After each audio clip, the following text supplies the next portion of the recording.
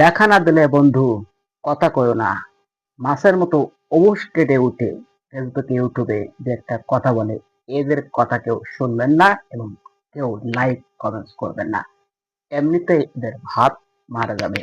এমনটা মন্তব্য করলেন প্রতিমন্ত্রী নুরুল হক নূর। তিনি ইলিয়াস এবং পিনাকিকে উদ্দেশ্য করে একথা তিনি বলেন।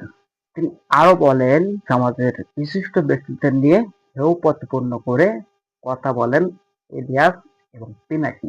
তো ইলিয়াস এবং পিনাকির কথা কি বলবো, তারা শেখ হাসিনা আমলেও শেখ হাসিনাকে নিয়ে হেয় প্রতিপন্ন করে কথা বলতো এবং আওয়ামী লীগের বড় বড় বিশিষ্ট নেতাদেরকে নিয়েও হেয় প্রতিপন্ন করে কথা বলতো।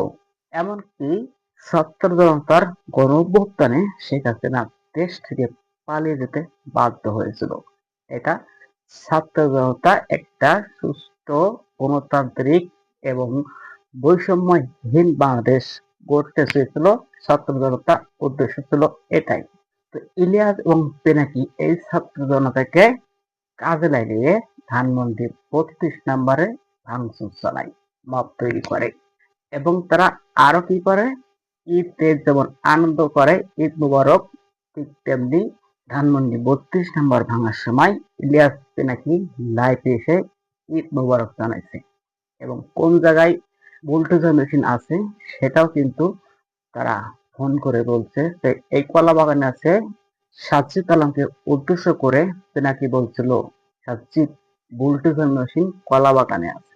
তারা বিশাল মব তৈরি করে তখন ঈদ আয়োজনের মতো উদযাপন করছিল।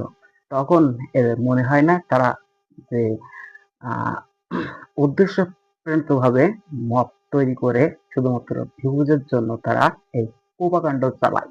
কিন্তু আজ যখন বিএনপি সরকার ক্ষমতায় আছে, তখন ভিপি নুরুল হক নূর, বর্তমান প্রতিমন্ত্রী, তিনি বলছেন এরা বিশিষ্ট ব্যক্তিদের নিয়ে হেয় প্রতিপন্ন করে কথা বলে। এরা তো আগে থেকেই কথা বলতো এবং তখন তো ইলিয়াস পিনাকির সাথে নুরুল হক নূর এবং রাশেদ খান এরা একসাথে মিলেমিশে কিন্তু এটা উদযাপন করতো।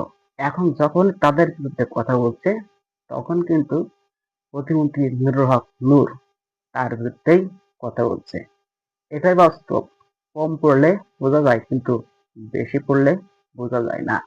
ছাত্র জনতা গণ অভ্যুত্থানে শেখ হাসিনা পালিয়ে গেছে, সেটা তার ব্যাপার। আওয়ামী লীগ সরকার পতন ঘটেছে, নতুন করে সরকার গঠন করছে বিএনপি সরকার, বর্তমান প্রধানমন্ত্রী তারেক রহমান। এ সরকারকেও তারা সুস্থভাবে দেশ চালানোর মতো সুযোগ করে দিতে পারে না।